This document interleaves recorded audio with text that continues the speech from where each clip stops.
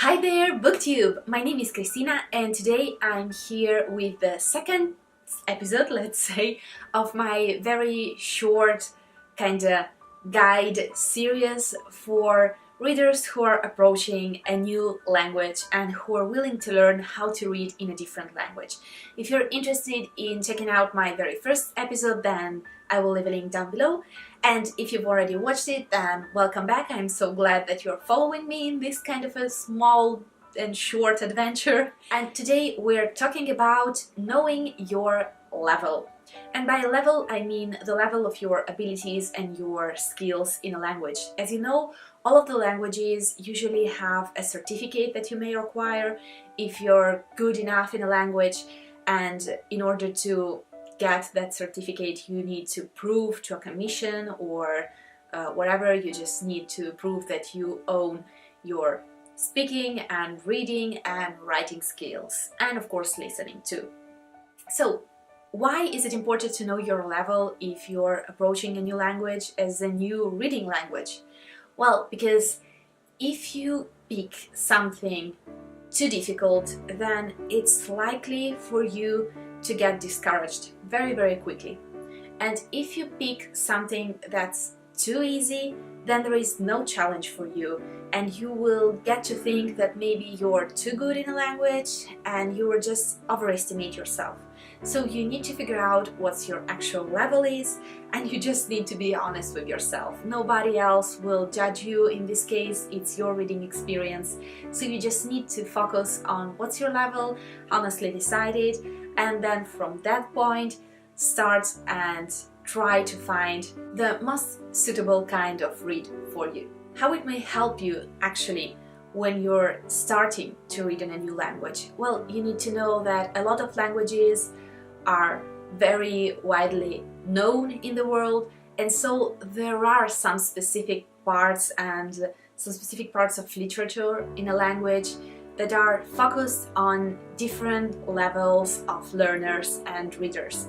So if you know your level, then it's more likely for you to find the perfect book for you.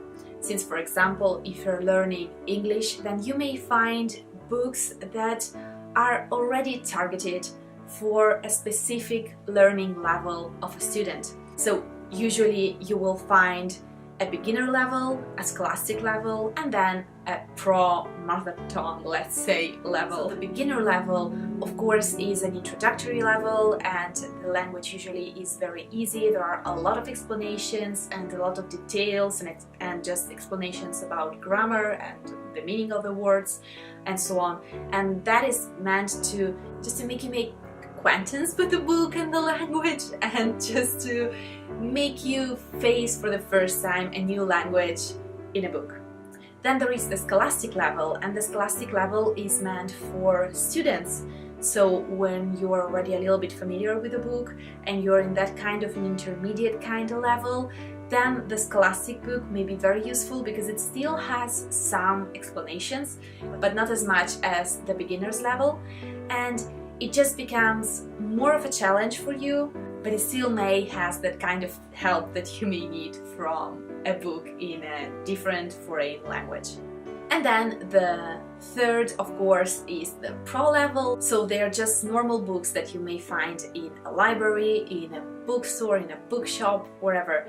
So it's very easy to find those. It's a little bit more trickier to find maybe beginners and scholastic levels, but they are very helpful to approach a new language at a correct and perfect level for you, so that you will be motivated and not discouraged. So this is my second suggestion. Try to measure and acknowledge your level, and then from there just decide what kind of books will be perfect for you. A beginner book, an intermediate scholastic book, or maybe a pro-level book, let's say. And once you decided that, then my suggestion is to pick a book with which you are already familiar. What does it mean? Maybe a book that you've already read in your own language. So, for example, I don't know, a children's book that you read when you were little, or maybe a middle grade book that you read that you're quite familiar with. An example that everyone may understand, for example, is Harry Potter. So if you know by heart Harry Potter in your own language, then for sure you may try and read it in the foreign language that you're learning, if you think, of course, that your level is high enough to understand Harry Potter in a foreign language.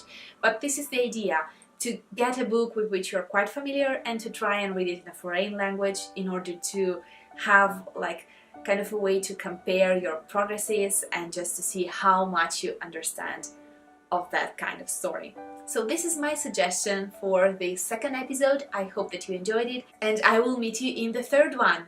Bye! Ciao!